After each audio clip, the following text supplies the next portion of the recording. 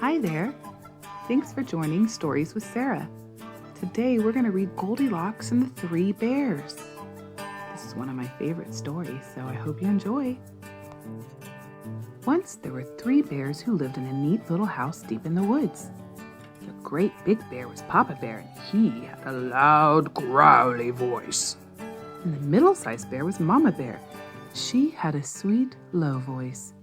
And the smallest bear was Baby Bear. He had a high, squeaky voice.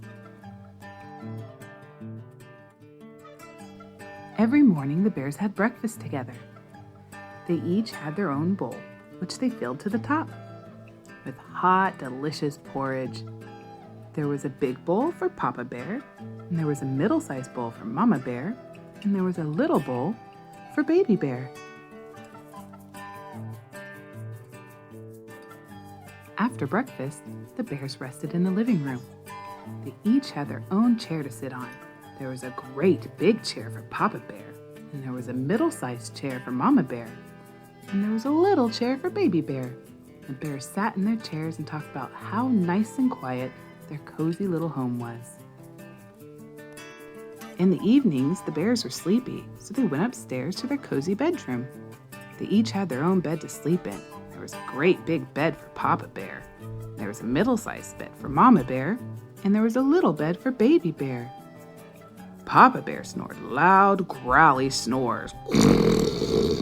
And Mama Bear snored sweet, low snores.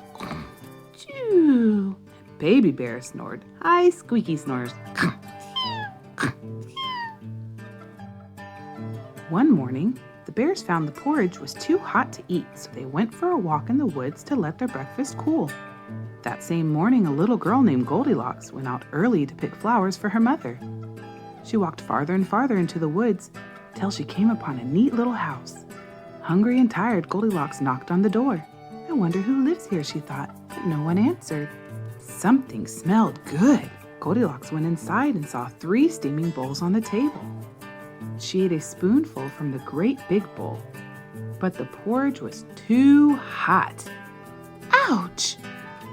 She ate a spoonful from the middle-sized bowl, but the porridge was too cold. Ugh! Then Goldilocks ate from the smallest bowl, and the porridge was just right. She ate spoonful after spoonful until it was all gone. Goldilocks was tired from walking so far, and she wanted to rest. She looked around for a nice chair. In the living room, she saw 3 chairs. First, Goldilocks sat in a great big chair, but it was too hard. Next, Goldilocks sat in a middle-sized chair, but it was too soft. Then, Goldilocks sat in the smallest chair, and it was just right.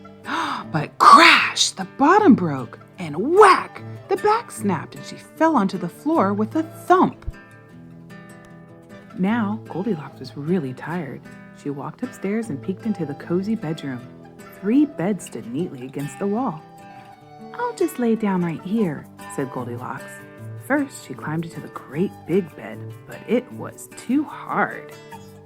Next, she climbed into the middle-sized bed, but it was too soft. Then, she climbed into the smallest bed. That felt just right. Goldilocks snuggled under the quilt and soon fell fast asleep. A short time later, the bears came home. They thought their porridge must be cool enough to eat now. Papa Bear looked in his bowl and frowned. "Somebody has been eating my porridge," he said in his loud, growly voice. Next, Mama Bear looked in her bowl. "Somebody's been eating my porridge," she exclaimed in her sweet, low voice. Then Baby Bear turned to his empty bowl upside down. "Somebody's been eating my porridge and it's all gone!"